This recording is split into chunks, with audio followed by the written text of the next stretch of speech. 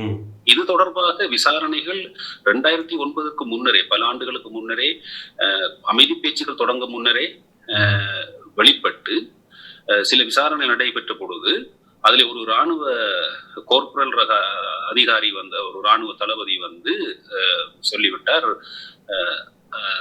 எவ்வாறு இந்த கொலை நடந்தது என்ற விவரங்கள் சிலவற்றையும் அந்த புதைகுழிகளையும் காட்டிய விதத்திலே அந்த புதைகுழிகள் வெளிப்பட்டது. பின்னர் இந்த 2009க்கு பின்னர், பல ஆண்டுகளுக்கு பின்னர் மீண்டும் இப்போது அங்கே மனித எச்சங்கள் மீட்கப்படுகின்றன.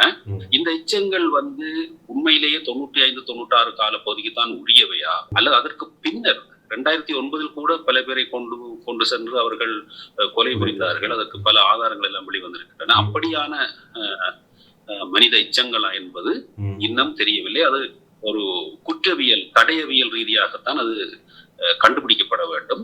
அதற்கு சர்வதேச விசாரணை அவசியம் என்பதைத்தான் அனைத்து தரப்புகளும், தமிழர் தரப்புகளும் வலியுறுத்துகிறார்.